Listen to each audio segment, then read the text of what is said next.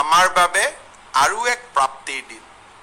ৰাজ্যৰ শিক্ষামন্ত্ৰী হৈ থকা অৱস্থাত সৰ্বশিক্ষা অভিযানত আমি বহুত শিক্ষকৰ নিযুক্তি দিছিলোঁ।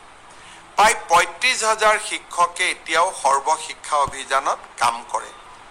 বহু সময়ত বহু লোকে প্ৰশ্ন কৰিছিল, এওঁলোকৰ চাকৰি নাথাকিব, এওঁলোকৰ চাকৰি গুচি যাব।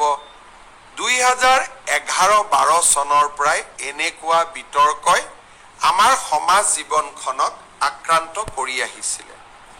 অহা ২ তাৰিখে আমি যোগ্য বুলি বিবেচিত প্ৰায় ২৪,০০০ শিক্ষকক চৰকাৰৰ আওতালৈ আনিম। অৰ্থাৎ এওঁলোক এতিয়াৰ পৰা চৰকাৰী শিক্ষক হ'ব।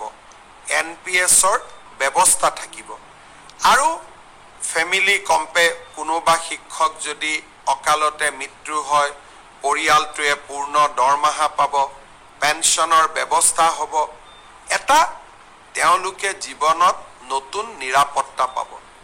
২ তাৰিখে মই সকলো নিৰ্বাচিত শিক্ষকক আমাৰ খানাপাৰা ফিল্ডলৈ নিমন্ত্ৰণ জনাইছোঁ। তাতে আমি নিয়োগ পত্ৰসমূহ বিতৰণ কৰিম।